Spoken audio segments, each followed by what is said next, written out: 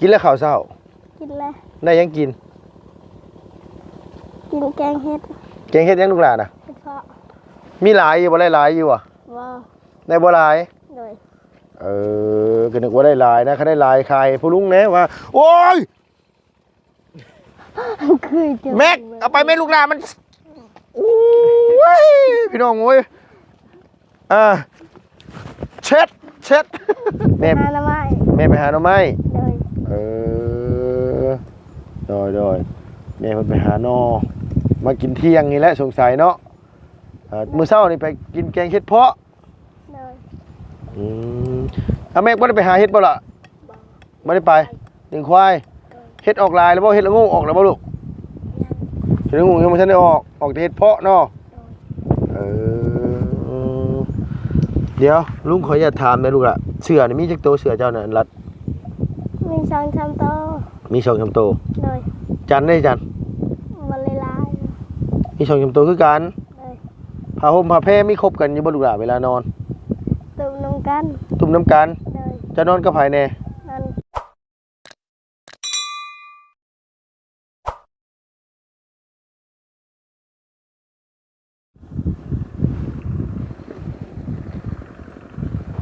กับสบายดีและสวัสดีเด้อพ่อแม่พี่น้องเบิดสุขุสุคนระหว่างในและก็ต่างประเทศนะพี่เนาะกับทักทายสบายดีพี่น้องสู่หม่องสู่บอลนะพี่เนาะที่เขามารับมาชมช่องของลุงเฮิมชาแนลคือเก่าคือเดิมพี่น้องเอ้ยพอดีว่าลุงสิเข้าไปทางบ้านอีหลาจันมายามมื้อเช้าแน่พี่น้องมื้อคืนนี่ก็มานอนอยู่พารานเลยพี่น้องเนาะลงมาแต่เซโปนพี่น้องเอ้ยอยู่พุ่นเคลียร์การเคลียร์งานเป็นที่เรียบร้อยแล้วก็เลยลงมาพี่แน่พี่น้องเนาะเอาพี่น้องเอ้ยกำลังสิเข้าไปแล้วพอดีมาพ่ออีหลาน้อยเพิ่นน้องจันเฮากำลังมานั่งเฮ็ดหยังบุนี่อยู่ในห่มต้นโพน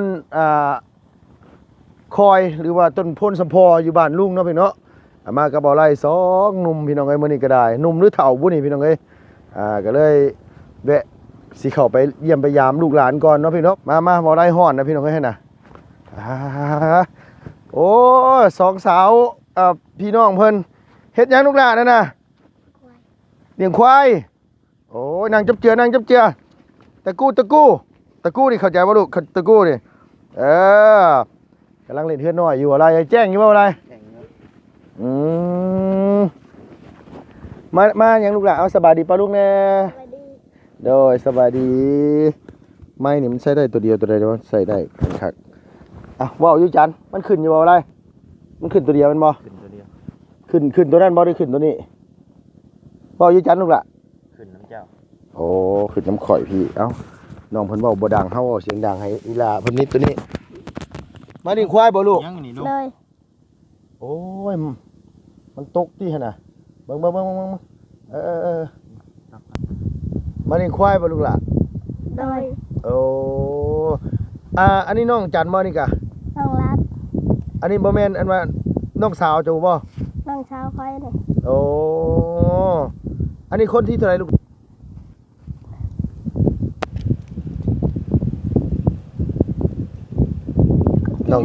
คนที่5เลยอ๋ออีหลามาเลี้ยงควายบ่เลยใช้เถียงเจ้าอยู่ใช้สรุกล่ะอันนี้หน้าไผนี่น่ะ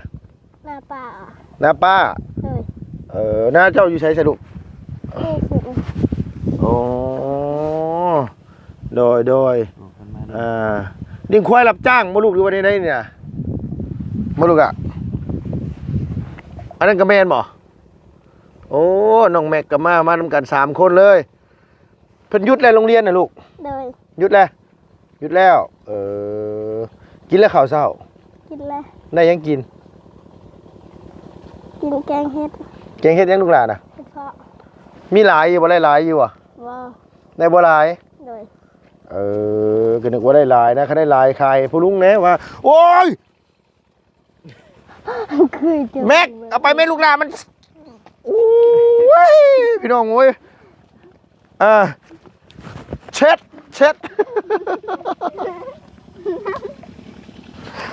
อ๋อมันเต็มตัวคอยบ่ได้บอกอะไรโอ้นี่เรียบร้อยนี่โดนมีหน่อยนึงได้เยอะมี2-3แตกผลากเลย น้องแม่คนจูงควายอันว่าอันอหย่างนะจูงควายแม่ขี้ตมพี่น้องเอ้ยมาให้ เฮ้ย มันสิทธิ์ใส่มันบ่เป็นหยังลูกหลานมันไปเลาะไปหากินเอายังไปกินข้าวเพิ่นบ่ เลย เพิ่นว่านข้าวแล้วเนาะ ในเมื่อเล่นน้ำไม่เท่าอยู่บ่ล่ะอยู่บ้านโทบ่ได้เมื่อบ่ เมื่อ บ่ได้เมื่อเจ้าซื้อหยังเจ้าน่ะ น้องรัด น้องรัดตัวได้เรียนหนังสืออยู่บ่รัด ฮะ เจ้าได้เรียนหนังสืออยู่บ่ บริเฮียน เอาคือบ่ได้เรียนลูก ยากน้อง เอายากน้องเบิ่งกล้องนะเบิ่งกล้องนะมีแต่จันทร์ผู้จะได้เรียนบ่ลูกล่ะ เลย อืมเจ้าเรียนอยู่ปอได้แล้วนะ บาซี บ่สิน้องเพิ่นยังบ่ทันได้เห็นว่าไปเรียนอยู่พระลานใช่ไหมพี่น้องเพิ่นยังได้เรียนอยู่บ้านนี้อยู่คันว่าอันว่าจบป .5 บ้านนี่แหละจันต้องได้ไปเรียนอยู่พระลานแม่นบ่ล่ะ เลย เอาเฮ็ดได้ไปย่างไปนี่บ่ เลย มีหมู่อยู่บ่ได้ไปเรียนอยู่พระลานมีหมู่บ่หมู่อยู่ในบ้านน่ะไปอยู่บ่ ไปอยู่ อืมโดยไผไปหาอันเฮ็ดน่ะ พอ พ่อเจ้า เลย เจ้าบ่ได้ไปบ่ พอ โอ้ยนางคัตมาดใส่ก่อนพี่น้องเอ้ยลุงก็ได้จะได้มันก็เกลื่อนเปื้อนดินเนี่ยแหละเนาะบ่ได้เนาะควายสิใส่เมื่อกี้นี่แตกพลากรถคือผักเฮียนแล้วก็มาเลี้ยงควายบ่ลูกล่ะ เลย มาที่นี่เนี่ยจันนี่นึ่งข้าวเป็นเลยบ่ เป็น ลำหน้า เป็น ลำหน้าก็เป็นนึ่งข้าวก็เป็นเฮ็ดหยังเป็นแน่ลูกล่ะ แก้วเขาก็เป็น เกี่ยวข้าวก็เป็น เลย หมายความว่าน้องเพิ่นเป็นหลายอย่างอยู่แทบจะทุกอย่างเพิ่นนั้นว่าหลายน้องค่อยว่าเนาะ นั่นความจนมันบังคับนี่แหละเนาะ มันบีบเนาะ เป็นทุกอย่าง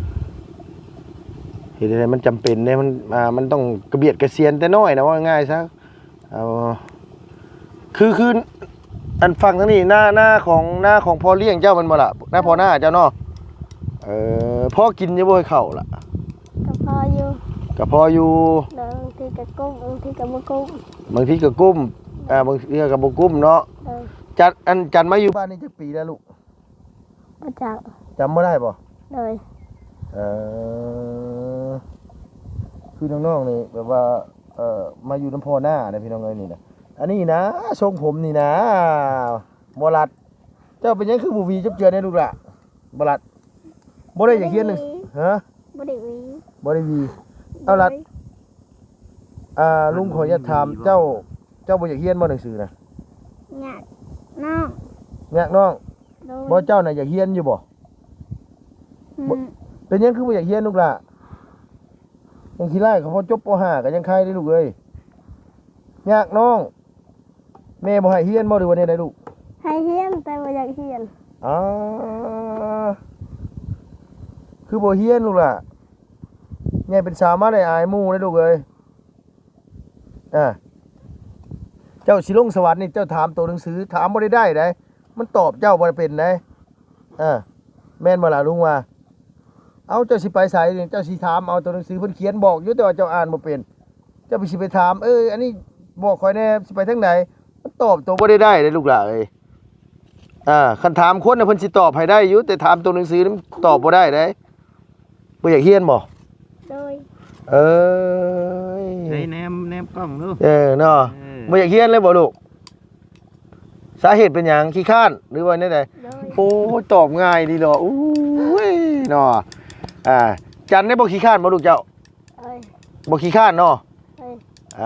มักเรียนเนาะเพราะนั้นมักเรียนผู้นี้บ่เรียนผู้นี้น่ะว่าไงคือ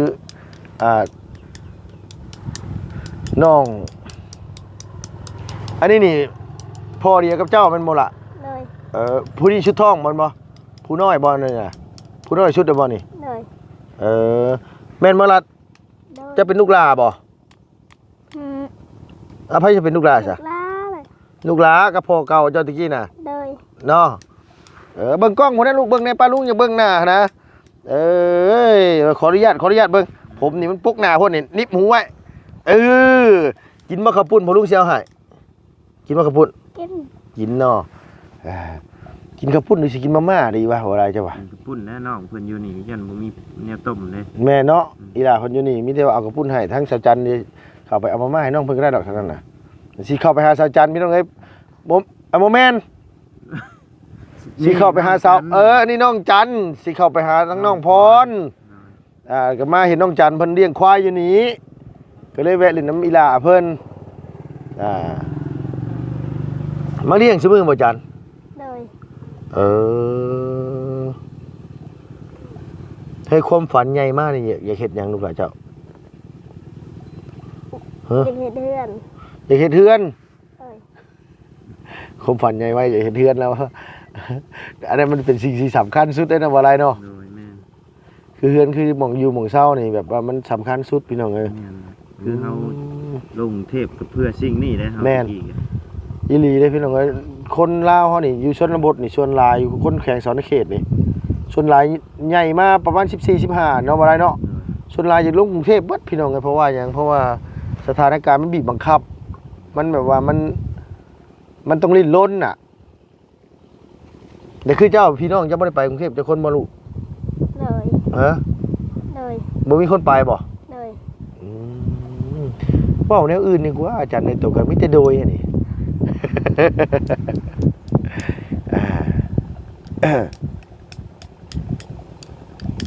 แม็กบ่ได้เรียนสื่อบ่แม็กเจ้าน่ะ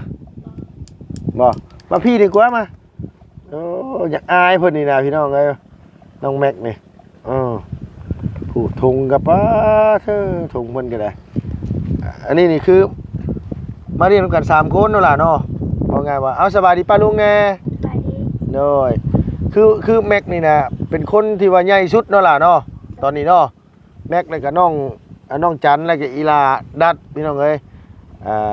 มานำกัน3คนนี่ลูกเลยอีกผู้หนึงน่ะน้องผู้ชายนั่นเป็นลูกกับพ่อใหม่เจ้าบอลบ่ มันเป็นผู้ชายโดย แม่ยิงไงเนาะโอ้ก็โลดๆนะพี่น้องเอ้ยลูกกับอันนี้แม่เจ้าไปใช้มื้อนี้น่ะบ่ล่ะแม่ หาหน่อไม้ ไปหาหน่อไม้ โดย โดยแม่เพิ่นไปหาหน่อมากินเที่ยงนี่แหละสงสัยเนาะมื้อเช้านี่ไปกินแกงเห็ดเพาะ โดย แม่บ่ได้ไปหาเห็ดบ่ล่ะบ่ได้ไปเลี้ยงควายเห็ดออกลายแล้วบ่เห็ดละงูออกแล้วบ่ลูกเห็ดละงูยังบ่ทันได้ออกแต่เห็ดเพาะเนาะเดี๋ยวลุงขออย่าตถามแม่ลูกล่ะเสือนี่มีจักโตเสือเจ้าน่ะรัด มีช่องชำโต มี2 3โต โดย จันได้จัน มันเลยลาย มี2 3โตคือกัน โดย ผ้าห่มผ้าแพรมีครบกันอยู่บ่ลูกล่ะเวลานอน ตุ่มน้ำกัน ตุ่มน้ำกัน โดย จะนอนกับไผแน่ นั่นกับลูกพ่อใหม่แน่ แล้วก็น้องค่อยแล้วก็ค่อย ลูกพ่อใหม่เจ้าน่ะอันใหญ่ซ้ำกันกับเจ้าแล้วบ่ กลัวแล้วแหละ ใหญ่กว่าแล้ว โดย เพิ่นดีนำเจ้าอยู่บ่ลูกล่ะ ก็ดีอยู่ ดีอยู่ โดย บ่ได้ผิดกันเนาะ โดย ก็มีบ้างเวลาอยากให้ โดย ก็มีคือกันเข้าใจดอกอันนี้น่ะเนาะบ่ได้เนาะ โดย สถานการณ์แบบนี้น่ะมีอยู่แล้วล่ะพี่น้องเอ้ยแบบว่าความบางเทื่อมันการอยู่การกินมันบ่พอกันแหละก็ต้องมีบ้างแหละงอนกันผิดกันน่ะธรรมดาน่ะเอื้อยเจ้าคนที่เอาผัวเพิ่นเอาอยู่บ้านใดลูกล่ะ อยู่บ้านนี่เลย อยู่บ้านนี้บ่ โดย มีจักคนเอื้อยเจ้า คนหนึงและอายคนหนึง เอื้อยคนหนึงอ้ายคนหนึง โดย แล้วอ้ายน่ะเอาเมียยังอ้ายน่ะ เอาแล้วแต่ปะ เอาได้แต่ปะ โดย โดยว่าไงคือเอาแล้วแต่ปะน้องเพิ่นก็มาเลี้ยงงัวเลี้ยงควายนี่ควายพ่อใหม่จะบ่ล่ะหรือว่าควายไผลูก ค่อยพ่อไม้ ควายพ่อใหม่ โดย มีโอ้ใช่แล้วพี่น้องแต่ควายบ่ตุ้ยเนาะบ่หลายเนาะทางนี้เนาะ โดย หญ้าบ่หลายบ่คือบ่ตุ้ยควายนี่ โดย ยามนี้เพิ่นให้ผูกด้วยเนาะแต่ก็เพิ่นคือปล่อยแหละเฮ้ย พ่อแกขวันกะมันแล้ว เอาเพิ่นว่านก้าเพิ่นมุ่งแล้วเพิ่นเฮาต้องผูกนั่นล่ะเนาะ โดย เจ้าพี่น้องเอ้ย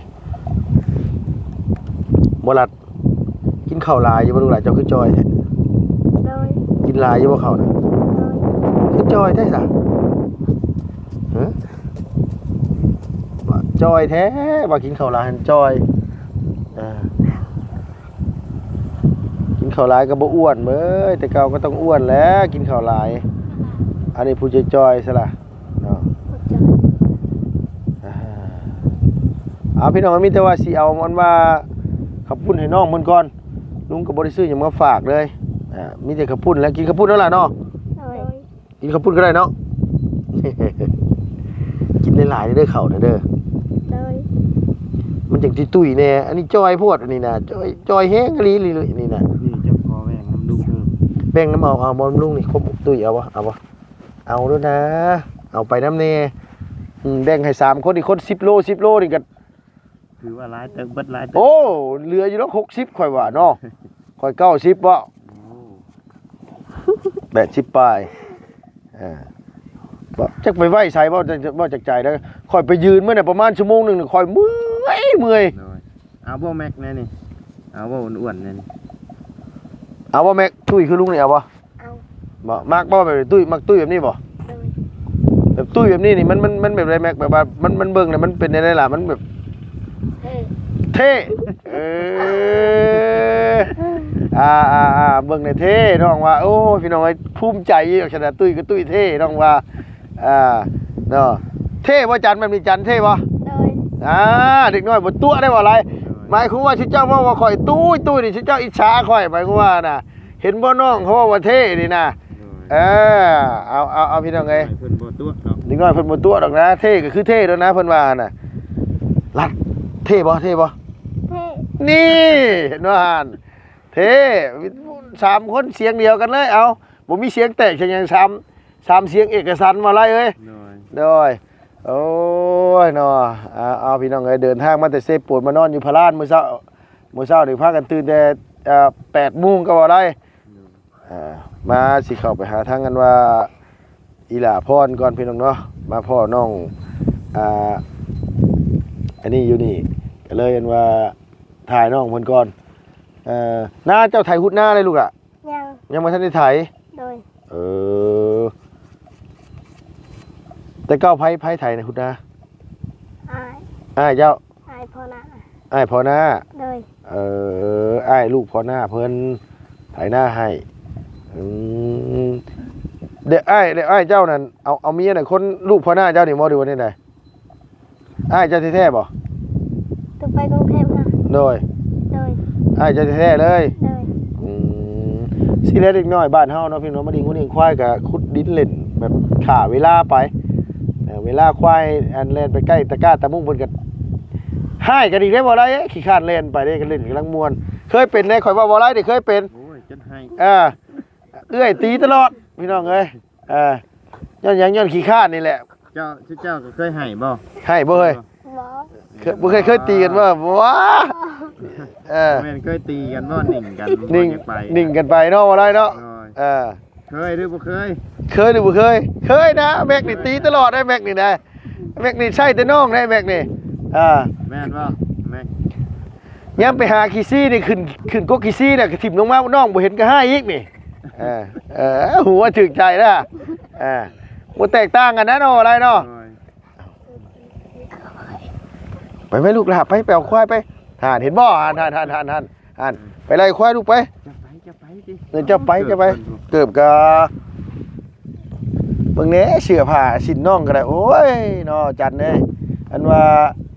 รัดเอ้ยปะมีแต่ผู้ลุงสิเอานี่ให้ปะลูกปะเนาะบ่ได้เนาะมา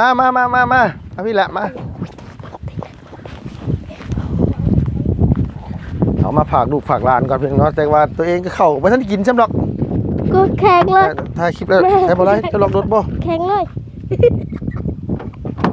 แข็งอยู่ดิอยู่ดิ มาพี่ลูกหลานมาตีนแข็ง